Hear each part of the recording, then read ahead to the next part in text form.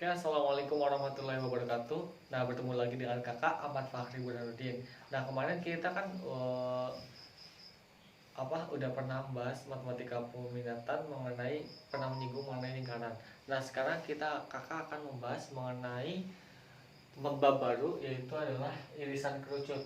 Nah, dari irisan kerucut itu pengertiannya nih, misalkan ada sebuah kerucut, maksudnya tuh jika diiris nanti dia tuh akan membentuk apa aja sih.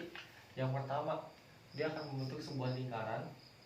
Nah, jika dia diirisnya sejajar dengan sumbu X. Kemudian jika dia diiris miring, maka dia akan membentuk sebuah elips. Kemudian dia akan membentuk sebuah parabola ketika dia diiris ini. Jadi dia enggak dari dalam ya, dari luar. Dia akan membentuk sebuah parabola. Kemudian dia akan membentuk sebuah hiperbola jika diiris, namun dia masih punya lempeng di sana. Nah, kayak gini. Ya, misalkan itu. Nah, jadi dia misalkan masih sisa di sana. Nah, kayak gitu. Dia adalah sebuah elips. Sebuah hiperbola. Nah, kemudian untuk irisan sebuah kerucut itu biasanya ada persamaan-persamaannya. Nah, oh ya kakak, sebelum itu kakak akan menunjukkan kurva. Udah pasti kayak gini. Kalau x kuadrat, ini buat x kuadrat sama dengan lebih dari 0. Kalau ini y kuadrat lebih dari 0, ini x kuadrat kurang dari 0, ini y kuadrat kurang dari 0. Maksudnya gimana? Kalau x kuadrat lebih dari 0 udah pasti kurvanya kayak gini. Kalau y kuadrat lebih dari 0 itu kurvanya kayak gini. Kalau x kuadrat kurang dari 0 membuka ke bawah. Kalau y kuadrat kurang dari 0 itu akan membuka ke samping. Ya, kemudian gitu. Terus kalau kemudian misalkan ada y kuadrat. Biasanya persamaan parabola itu kayak gini. Ada yang y kuadrat sama dengan 4px, ada yang y kuadrat sama dengan min 4px. Bisa jadi x kuadrat sama dengan 4px py, ada x kuadrat sama dengan min 4py. Kemudian jika itu titik pusatnya, kalau kayak gini berarti titik pusatnya adalah TP-nya adalah 0,0 gitu. Kalau yang persamaan kayak gini, yang y min b kuadrat sama dengan 4p dalam kurung x min a, itu berarti titik pusatnya adalah a, b gitu.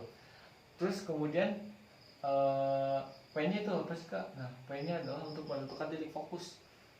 Itu adalah jika dia positif kayak gini, oh berarti nanti kan si punya y, oh berarti p-nya di sini p, 0. Ini buat titik fokus. Gimana dengan ini? Berarti kalau yang min 4x titik fokusnya adalah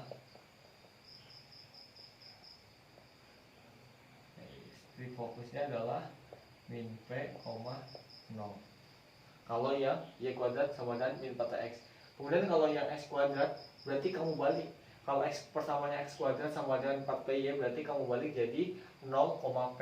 Kalau misalkan persamaan x kuadrat sama dengan min 4py berarti titik pusatnya adalah 0, min p. Contohnya kayak gini. Y kuadrat sama dengan 8x. Oh berarti awalnya kan harusnya persamaannya 4px. Gimana jadi biar 4 kali berapa yang menghasilkan 8? Oh berarti kali 2. Oh berarti p-nya adalah 2. Berarti titik fokusnya berarti 2,0. Kemudian kalau gini gimana? Titik fokusnya berarti kalau persamaannya kayak gini, titik fokus berarti adalah dia kan positif, p-nya kan juga positif, berarti a plus p, 0. Itu titik fokusnya. Kalau kayak gini gimana kak? Kalau yang min, oh berarti kamu nanti p-nya juga di min. Nah, kemudian kalau persamaan x kuadrat berarti titik fokusnya adalah kamu balik jadi 0, p jika dia positif. Kalau dia negatif berarti 0, min p. Begitupun ke bawah. Itu kan sama. Kemudian kalau buat Bentuk kurva tadi udah ya. Kalau x kuadrat itu membuka ke atas, kalau x kuadrat lebih dari 0 itu akan ke samping, ke kanan. Y kuadrat lebih dari 0 berarti ke kanan, membuka ke kanan, dan kebaliknya. Kemudian buat direktris itu dia adalah jika persamaan y kuadrat itu x nya itu sama dengan min p. Jadi kalau direktris persamaan pertanyaan direktris dari y kuadrat sama dengan min 4px. Berarti direktrisnya adalah min p. Nah, berarti terus subuh simetrinya berarti adalah y sama dengan 0 karena persamaan y, 0. Nah, terus panjang lotus spektrum selalu ya, panjang lotus spektrum itu adalah sama dengan 4p. P nya kamu harus bisa mencari P nya dulu yang penting. Terus apa lagi? Direktris udah, kemudian subuh simetri udah, ya kuadrat y sama dengan 0, panjang lotus.